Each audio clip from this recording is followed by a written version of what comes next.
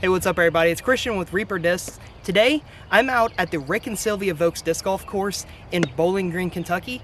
I've already shown you how to throw the hardest shot in disc golf. Today, I'm going to show you how to throw the most coveted, the hyzer flip. So the hyzer flip, in order to understand what it is, you need to understand what a hyzer is and what a flip is in reference to disc golf. So a hyzer is a release angle that for a right-handed backhand player, as you extend it, the edge away from your hand is actually going to be down in relation to a flat plane.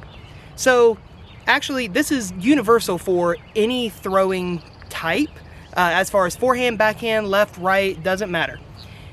The side of the disc that you're holding, the opposite side is pointed more toward the ground than flat.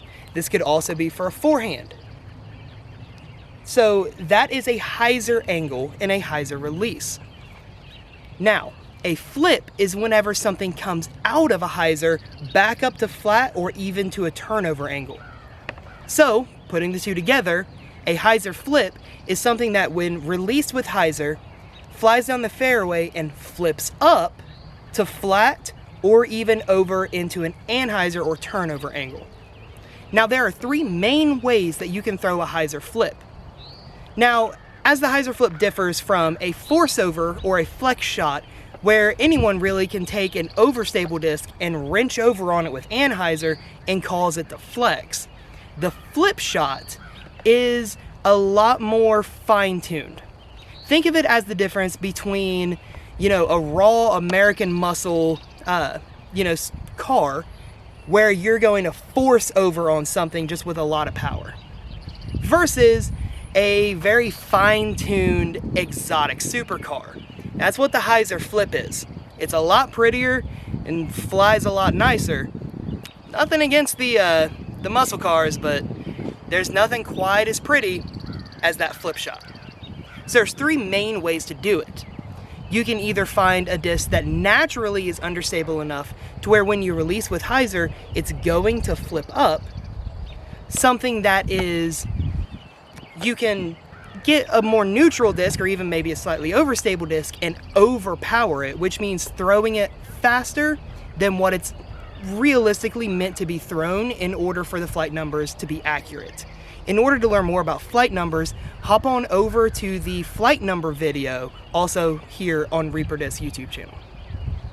Now, if you throw something faster than the flight numbers suggest as far as the speed rating goes, it's going to fly more understable, which means you can get a flip out of it. And the last way that you can do it is to get something that is naturally a little more overstable, but beat it up and season it and wear it in to be more understable. So first, I'm going to show you how to do this shot with a naturally understable disc. And this is where you should typically start when learning how to throw the hyzer flip shot. I'm using a Halo Roadrunner.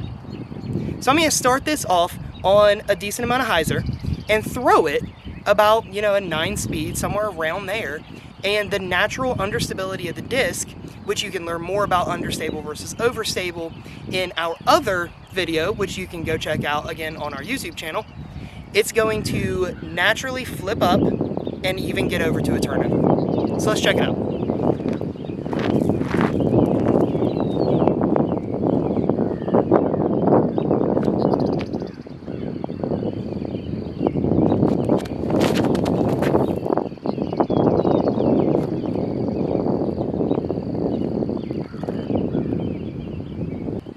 Now you've seen how that Roadrunner was able to come out of the hyzer angle, flip up, and really ride over to the right. And that's what you're looking for with that naturally understable disc, getting it to hyzer flip out of that initial angle. Now the next big way to do it is taking a disc and overpowering it, which is throwing it a lot faster than what its flight numbers are suggesting. So for this, I'm going to be taking the T-Bird 3, but I'm going to be throwing it at about, a 12 speed. Now at that speed, it's going to be a lot more understable and flip up and get out of that hyzer and actually turn over. So let's watch it.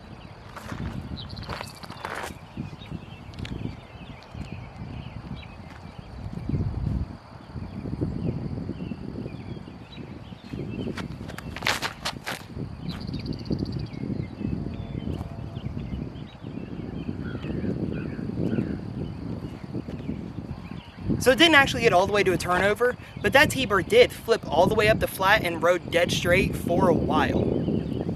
Now, the third way that you can do this is with a beat up disc. This is my pretty seasoned T-bird 3. And I won't throw this as hard as I just threw that T-bird, but it's still going to flip out of that initial hyzer angle because it's actually been seasoned in to be a little more understable than normal.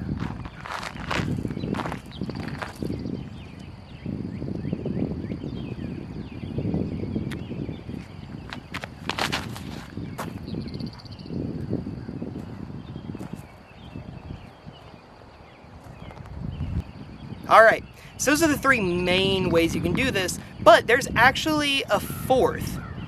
You can get a disc that's normally overstable, but, and if you watched our overstable versus understable video, you'll learn that discs that are lightweight are a little more understable naturally. So I'm going to be throwing a lighter weight destroyer. This is about 5 grams off of max weight. I may throw it just like my normal destroyers, but you're going to watch and it's going to pop out of the hyzer and get back to flat or even a little bit of turnover.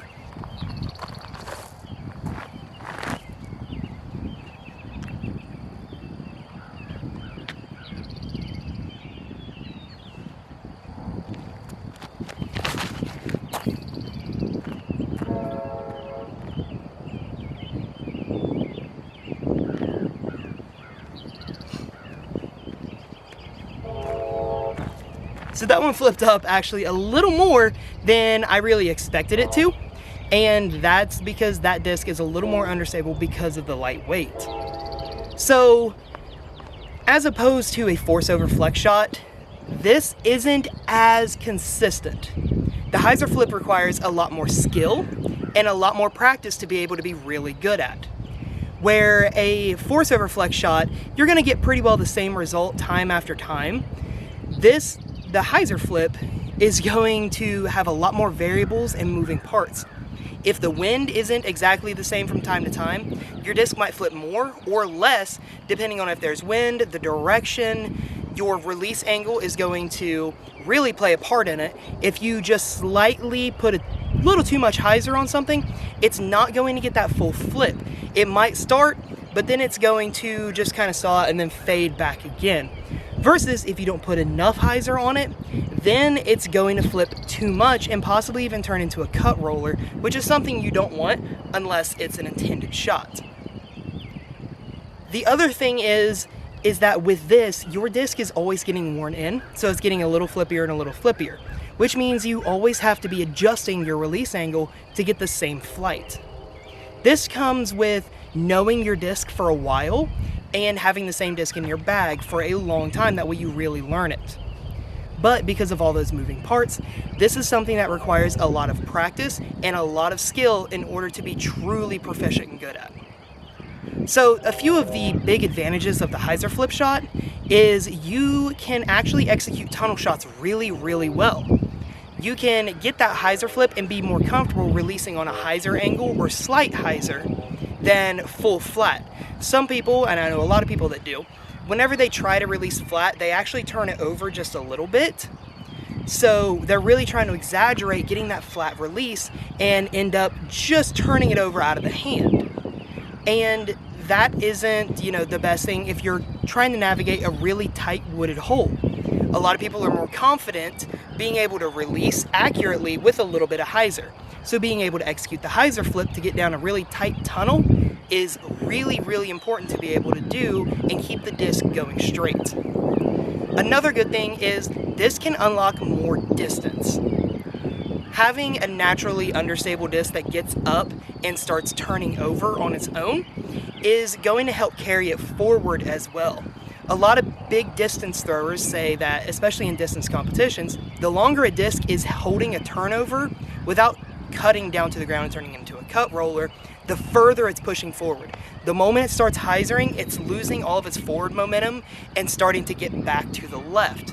So getting something to hyzer flip is going to continue pushing it forward, so you can actually unlock a little more distance. Use these tips and go out to your nearest practice field or the course and start getting these down.